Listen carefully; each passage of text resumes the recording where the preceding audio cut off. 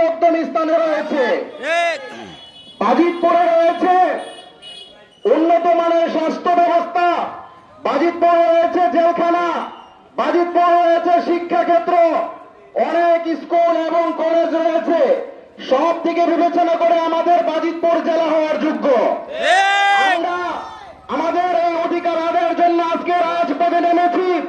প্রয়োজন হলে আমরা পূর্ববর্তীতে কর্মসূচি হবে, প্রেস ক্লাবের সামনে গিয়ে আমরা অবস্থান করব, আমরা মানববন্ধন করব, আমরা রাজপথে লড়াই করে আমরা আমাদের অধিকার আদায় করেই ছাড়বো ইনশাআল্লাহ। সম্মানিত প্রিয় বাজিতপুরবাসী, আজকে আমরা আমাদের আন্দোলন শুরু করেছি। এই আন্দোলন আস্তে আস্তে দীর্ঘায়িত হবে। আপনারা যারা আজকে আমাদের ডাকে সাড়া দিয়ে রাজপথে নেমেছেন, আমরা আশা করি আপনারা সকলে পরবর্তীতে আমাদের সাথে থাকবেন।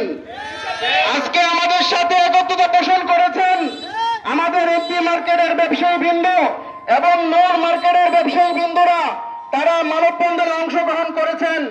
এখন আমাদের মধ্য থেকে সম্মানিত ব্যক্তিবর্গ যারা আছে তারা বক্তব্য দিবেন, আমরা সকলেই শুনবো।